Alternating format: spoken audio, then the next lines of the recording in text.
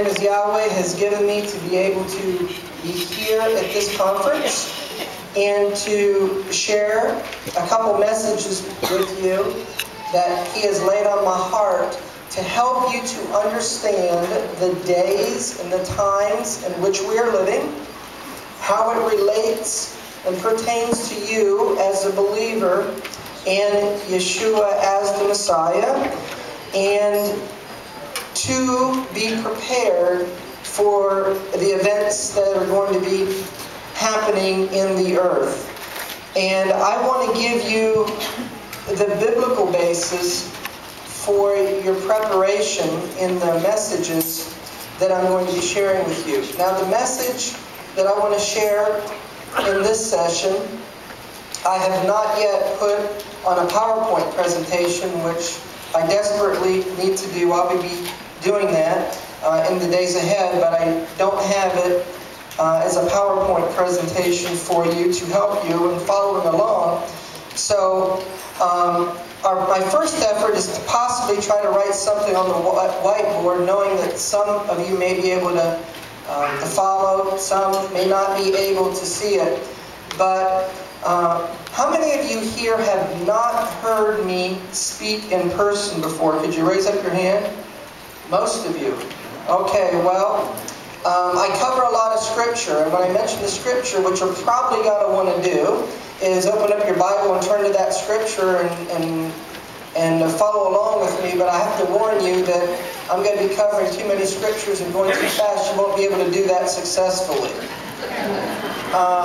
So what I would advise you to do is get out your pen and your pencil and write down the Scriptures, the orders of the Scriptures that I'm going to be sharing with you, because that's the best way that you're going to be able to follow along. I believe that the God of Israel has had me at the forefront of leading His people in this Hebraic roots restoration. And 10 years ago, I was sharing about what Torah is. That we can believe in Yeshua and keep the Sabbath, the festivals, and the Torah. And then a few years later, began sharing more in depth about who the two houses of Israel are and their restoration, how that relates and pertains as a believer in Yeshua as the Messiah. And the last couple of years, I've been teaching about the end of days, how the creation of a Palestinian state, the dividing of the land of Israel, is the events that will trigger these prophecies of the end of days. And what I'm going to be sharing with you in this session is the next stage of this process and this understanding. I want to share with you the opportunity that is available to you for the end-time prophecies to be fulfilled and the tools to fulfill it through an organization that's just being developed called Worldwide Biblical Zionists. But in order to understand how that organization relates and pertains to you, I got to give you the theological background for it. So I'm going to be explaining to you what is biblical Zionism. And in truth, what I'm going to be sharing with you regarding biblical Zionism is I'm going to make an effort to give you an overview, an understanding of the entire Bible in one message. That's quite challenging, but what you're going to hear, since many of you have not heard me, it's got to challenge your thinking about understanding your Bible and what it actually does say.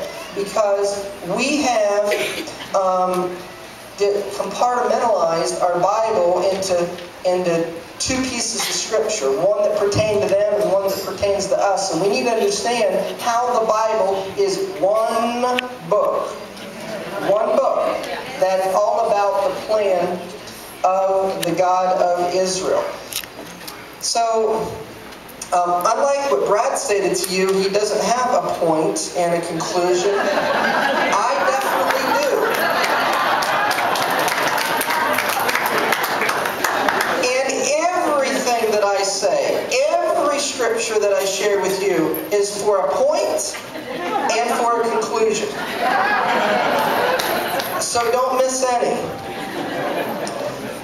start with the scripture that Brad shared with you last night. Because what I want to do is I want to paint for you an overview of what really is our purpose in Messiah. What is our destiny? We've been taught that our destiny is just to believe in Him and go to heaven. Spending eternity with Him is a part of the equation, but that's a very shallow understanding. And if that's the only understanding you have, you will completely miss the end of days and what the end of days is all about. And so Isaiah in chapter 46 in verse 10 says, I'm going to go to verse 9. Remember the former things of old, for I am Elohim, there is none else. I am Elohim, I am God, and there is none like me. And the reason why there's none like me is because I declare the end, or as Brad showed you, I declared the end from out of the beginning, or in the beginning. So if I want to understand what the end is all about, I need to understand what's told me in the beginning. So let me show you the beginning and how it relates to the end. We're going to look at Genesis in chapter 2 and verse 21 through 24. It says, Yahweh Elohim caused a deep sleep to fall upon Adam. He slept, and he took one of his ribs, and he closed up the flesh instead thereof. In the rib which the Lord God had taken from man made he a woman, and he brought her unto the man. And Adam said, This is now bone of my bone and flesh of my flesh.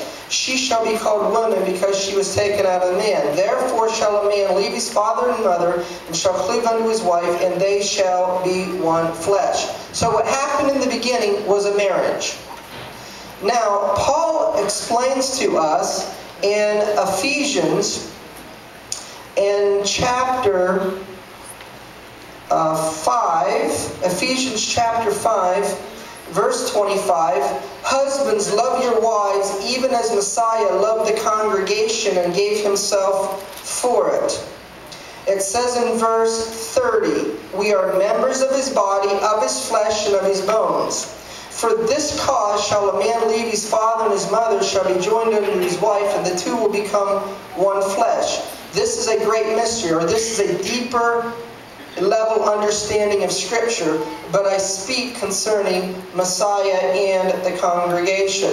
So, quoting back to Genesis chapter 2 about the marriage of Adam and Eve, for this cause shall a man leave his father and his mother, shall be joined unto his wife, and the two will become one flesh, which is Genesis chapter 2 verse 24.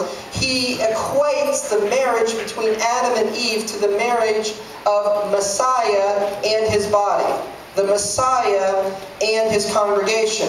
So if we're going to understand the end, we need to understand this marriage, because it's all pointing to a marriage of the end of days. Now we need to understand what that marriage is.